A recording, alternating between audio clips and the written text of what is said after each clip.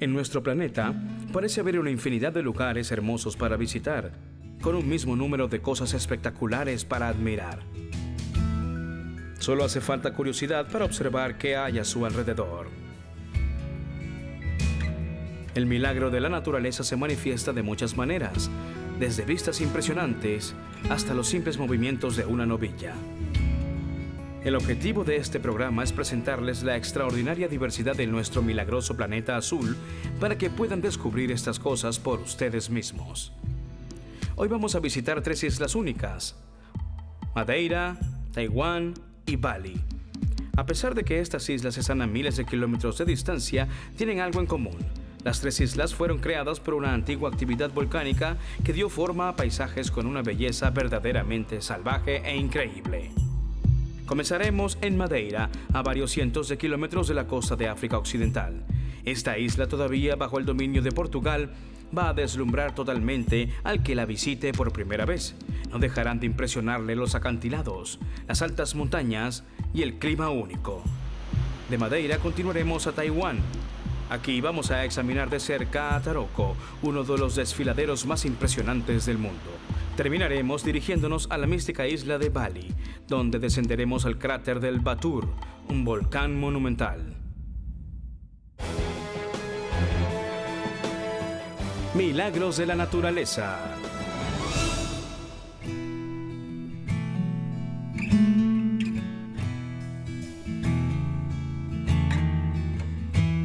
En el año 1491, una tormenta en el mar hizo que algunos marineros españoles abandonaran sus barcos y se dirigieran hacia la orilla. Cuando finalmente llegaron a las costas de Madeira, pensaban que habían llegado al fin del mundo.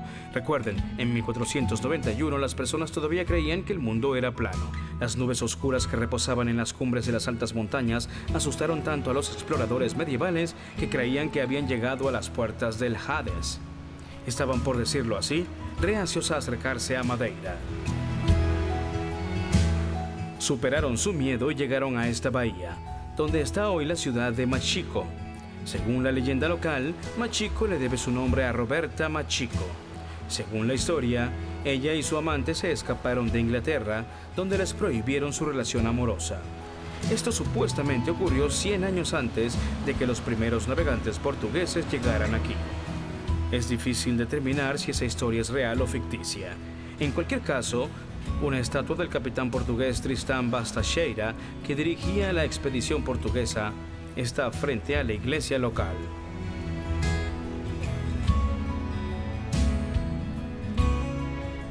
Madeira se encuentra a 500 kilómetros de la costa africana.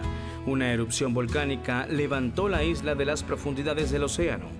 Los empinados muros de la isla se extienden 5 kilómetros en el océano y su punto más alto se eleva a 1862 metros sobre el nivel del mar. Los guías turísticos a menudo dicen que Madeira es más para admirar que para nadar. A pesar de ser considerada la puerta del Hades, Madeira es una obra extraordinaria de la naturaleza. La isla tiene solo 40 kilómetros de diámetro, pero la naturaleza de Madeira es tan diversa que pueden sentir como si acabaran de atravesar todo un continente. Comenzamos en la parte sur de la isla.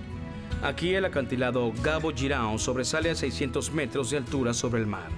Es el segundo acantilado más alto de Europa.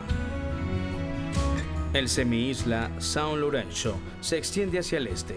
Su costa salvaje se asemeja a los fiordos noruegos.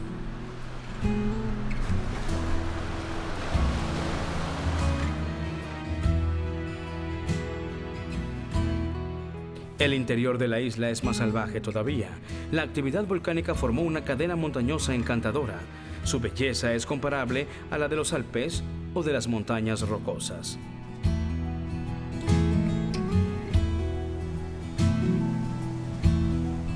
Unos metros más arriba, salimos a través de la cubierta de nubes en la meseta de Pol de Serra. Su irregular paisaje azotado por el viento podría hacerles creer que están en los páramos de las tierras altas de Escocia.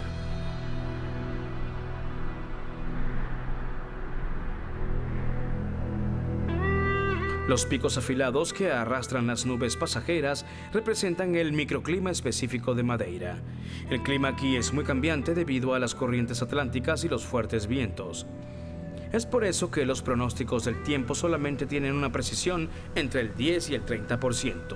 A menudo sucede que mientras los turistas en el sur están tomando el sol, las lluvias torrenciales están azotando la parte norte y las montañas en el interior se cubren con nieve. A Madeira a veces la llaman la isla de la eterna primavera.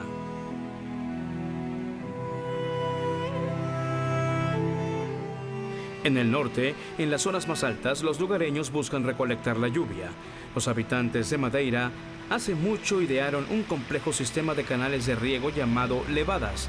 Estos canales, que se extienden por más de 2.150 kilómetros, distribuyen agua a toda la isla. Un cuadro pintoresco es creado por miles de coloridos campos dispersos por las terrazas en las laderas empinadas. El cultivo de tales campos siempre ha sido muy difícil, haciendo que el uso de la tecnología moderna sea inútil aquí. Durante muchos siglos en Madeira, la agricultura ha sido la principal fuente de sustento, pero a veces la tierra no coopera.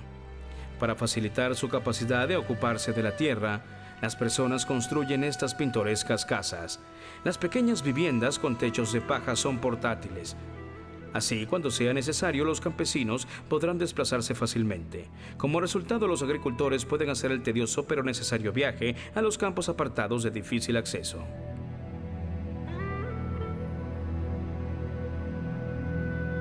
La complicada accesibilidad a las tierras de cultivo se ve favorecida por un clima extremadamente favorable para la agricultura. Tal vez eso explica por qué algunos se refieren a Madeira como el jardín floreciente en el medio del Atlántico. El clima templado es ideal para el cultivo de verduras, frutas exóticas e incluso flores, un hecho que se hace evidente en el mercado.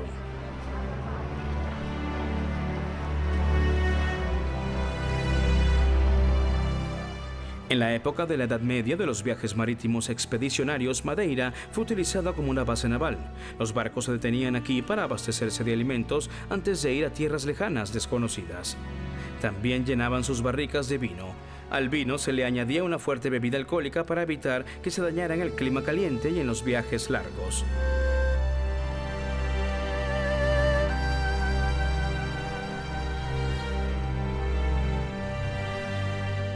La difícil vida en los terrenos rocosos afectaba no solamente la agricultura local, sino también los medios de transporte. Los trineos se asocian comúnmente con el invierno y la nieve. En Madeira, sin embargo, los trineos se utilizan durante todo el año para facilitar el transporte de las laderas a los valles. Hoy, este medio de transporte se utiliza principalmente como una atracción turística. La habilidad con la que los hombres dirigen el trineo es notable.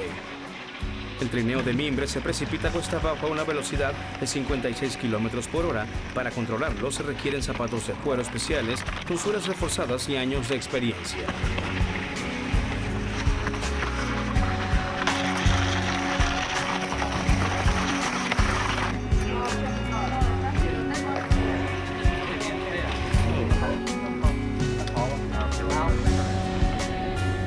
Teniendo en cuenta la accidentada topografía de la isla, la construcción del aeropuerto local demandó mucho ingenio.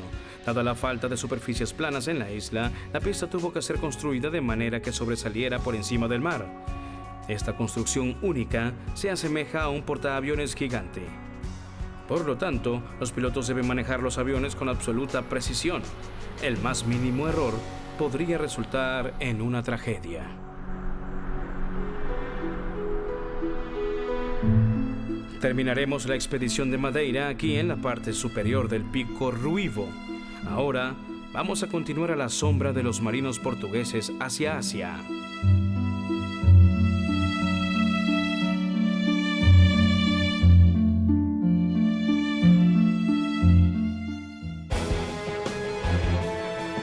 Milagros de la naturaleza. Mientras que los primeros que descubrieron Madeira estaban asustados, los primeros que descubrieron Taiwán quedaron encantados de inmediato.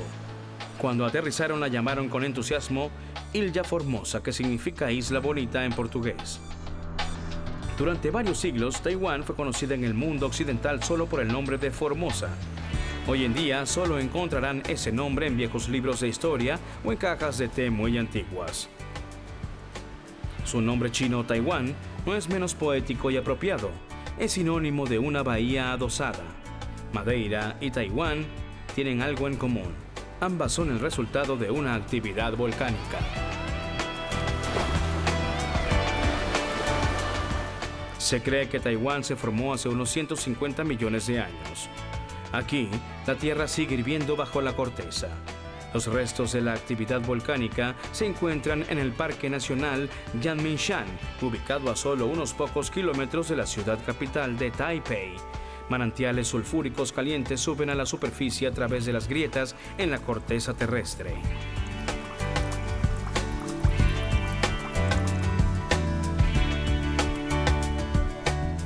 Taiwán es el séptimo país más densamente poblado del mundo. La mayoría de sus habitantes están hacinados en la parte norte de la isla. Esto es debido a que el centro de la misma es en gran parte inaccesible debido a las imponentes e irregulares montañas, un recordatorio de su pasado volcánico. El pico más alto, Yushan, se eleva a una asombrosa altura de 4.000 metros sobre el nivel del mar. Su altura hace que sea la montaña más alta en el conjunto de Asia nororiental. Yushan continúa creciendo a un ritmo de 5 milímetros por año debido a la continua presión de las placas continentales euroasiáticas y filipinas. Los efectos de la presión de la actividad tectónica también son evidentes en el desfiladero de Taroko. El desfiladero corta a Taiwán más o menos por la mitad. Tiene 19 kilómetros de largo a una profundidad máxima de 300 metros. Una tribu llamada Amis fue la primera en descubrir este desfiladero. Ellos le dieron el simple nombre de Toroko, que significa hermoso.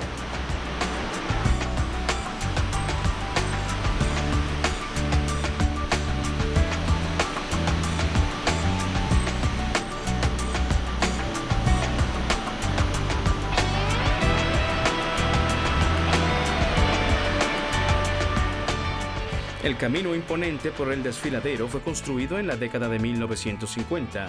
Los empleados de la construcción tuvieron que escalar los muros empinados llevando explosivos a sus espaldas y cestas. Las cestas contenían sus herramientas. Tristemente, 200 trabajadores perdieron la vida durante el proceso de construcción. Rocas caídas, inundaciones, deslizamientos de tierra e incluso terremotos a menudo complicaron el duro trabajo manual de esos empleados de la construcción. Los terremotos son frecuentes en Taiwán. Cualquier constructor debe tener en cuenta eso. Pese a su impredecible actividad sísmica, en el 2004 Taipei se convirtió en la ciudad con el edificio más alto del mundo. Solo 6 años después, eso dejó de ser así, pues se construyó el rascacielos Burj Al Arab en Dubái. No obstante, el rascacielos de Taipei sigue siendo una obra imponente de la arquitectura. Es una fascinante fusión de tradición y tecnología. Su arquitecto, Ziwei Li, fue inspirado por la naturaleza y por eso el rascacielos se parece a un tallo de bambú. El bambú es conocido por su fuerza, resistencia y flexibilidad, y a su vez es delgado y alto. El edificio se eleva a 508 metros. Su nombre, Taipei 101, proviene de sus 101 historias. Está equipado con un sistema de estabilización de 800 toneladas. Giroscopios y pesas con un ingenioso sistema hidráulico estabilizan el edificio, contrarrestando así las ráfagas de viento y los posibles movimientos de la tierra. Como resultado, el edificio fue diseñado para soportar terremotos de hasta 7.0 en la escala de Richter. La prioridad de este edificio es contrarrestar las fuerzas de la naturaleza.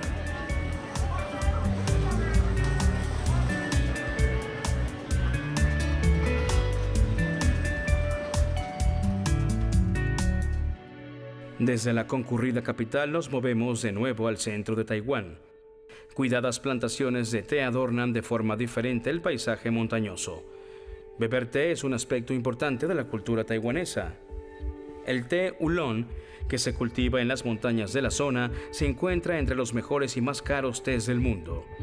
Estos arbustos tienen alrededor de 60 años y todavía producen hojas dignas para preparar esta deliciosa infusión.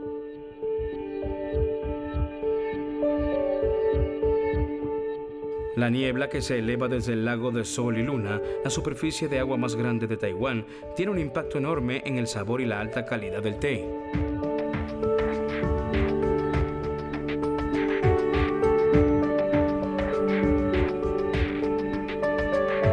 La evidencia de la popularidad turística de la ciudad se refleja en el número diario de barcos de excursiones en el muelle y la gran cantidad de pequeñas tiendas en las calles locales.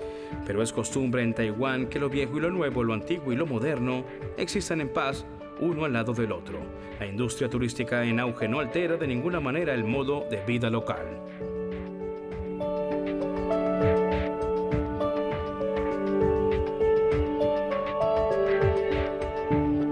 Así como lo hicieron hace siglos, las personas cuelgan estas pequeñas campanas en lugares sagrados a lo largo de la orilla del lago. Colocan un pedazo de papel con sus nombres dentro de las campanas y piden la bendición del Señor. La cultura taiwanesa tiene profundas raíces históricas. Tribus indígenas habitaban la isla mucho antes de la llegada de los chinos. Una de estas tribus, la Shao, todavía reside en las orillas del lago de Sol y Luna. La leyenda cuenta que la Shao vino a la isla por causa de un ciervo blanco. Se dice que cuando la Shao persiguió al ciervo, este intentó escapar saltando en el agua cristalina. Su cuerpo blanco atrajo a un cardumen de peces y la Shao capturó y se comió un pez. Estaba tan delicioso que la Shao decidió quedarse. Hoy aún se considera el lago y sus alrededores como tierra sagrada.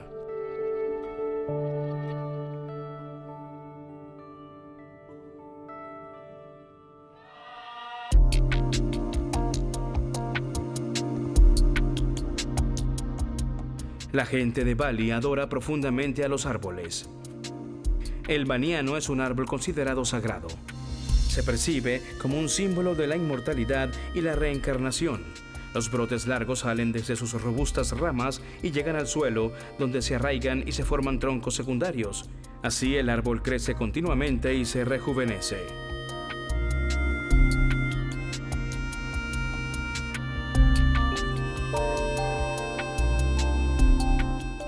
En Bali, los volcanes son adorados incluso más que los árboles. Se llaman Gunung Api, que significa montañas encendidas. Los balineses creen que los demonios poderosos habitan en su interior. En un esfuerzo por apaciguar esos demonios, ofrecen sacrificios frecuentes a los volcanes. Este imponente volcán tiene dos cráteres. El externo, el cráter ovalado, se ha convertido en un lago que mide 17 kilómetros de diámetro y se eleva a 1500 metros sobre el nivel del mar. El cráter interno es menor, pero se eleva a 1800 metros sobre el nivel del mar y todavía se considera activo.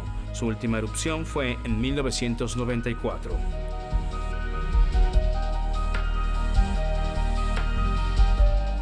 Los volcanes hacen más que crear destrucción.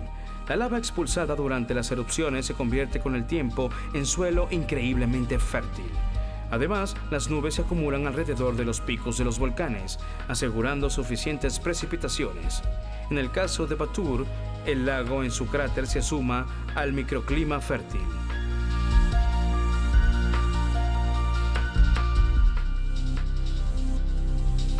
Las colinas fértiles de los volcanes son ideales para la plantación de arroz. El arroz es el alimento local básico más importante. Las terrazas cuidadosamente cultivadas se parecen al jardín del Edén. Es el producto del trabajo duro a lo largo de varias generaciones. El sistema de riego y el cultivo del paisaje circundante ha sido un trabajo en progreso por más de 2000 años. El resultado es un ecosistema ingenioso y además completo. El propósito del mismo no es únicamente el cultivo de arroz. La hierba que crece en las terrazas, por ejemplo, se corta y alimenta al ganado y a las aves de corral.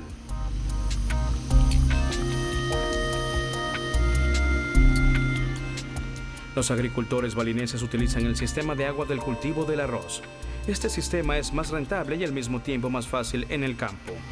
Los tallos permanecen en los campos después de la cosecha. Estos son posteriormente arados. Se unen al agua, las bacterias y el fertilizante para asegurar la fertilidad de la tierra. En Bali el arroz se cosecha 2 o 3 veces al año. Otros cultivos, como el maíz, a veces se plantan simultáneamente.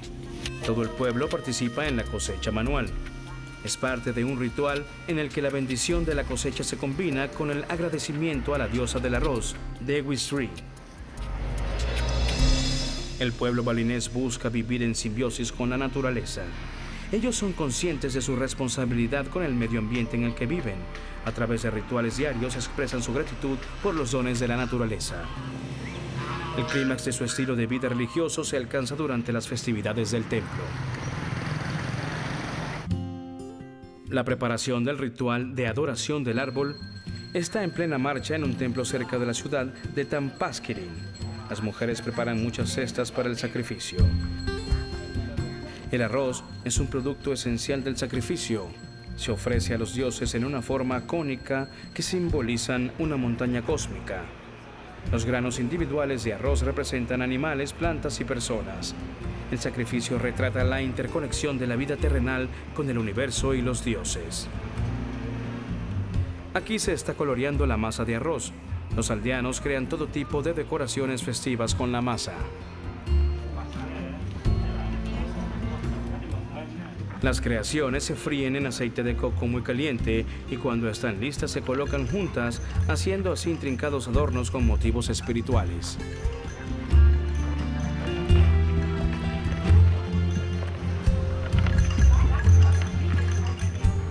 Desde la orilla del mar, donde los balineses van a apaciguar a los dioses enojados que viven en las profundidades del Océano Índico, nos despedimos del colorido mundo de los templos y de la cultura balinesa.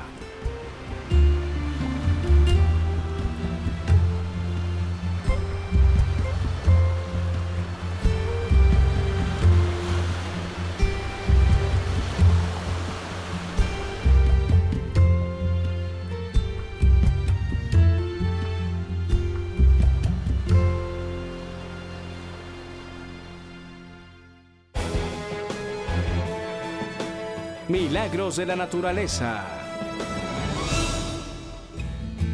Nuestro viaje por los rincones milagrosos de nuestro planeta llega a su fin por ahora. En la siguiente exploración de nuestro atractivo y generoso planeta Tierra, vamos a descubrir por qué cuando dicen Mongolia, se debe pensar en algo más que el desierto y los camellos. El ambiente del desierto de Gobi es tan diverso que se puede encontrar de todo, desde un inusual desfiladero de hielo hasta una cascada y lagos impresionantes. Desde el semidesierto de Gobi vamos a pasar a las exuberantes y verdes laderas del norte de Mongolia que proporcionan refugio para los budistas. 5.000 kilómetros más al sureste del Gobi se encuentra Jordania. Concluiremos nuestro viaje por los caminos de Indiana Jones, en Petra, Jordania, a las orillas del Mar Muerto.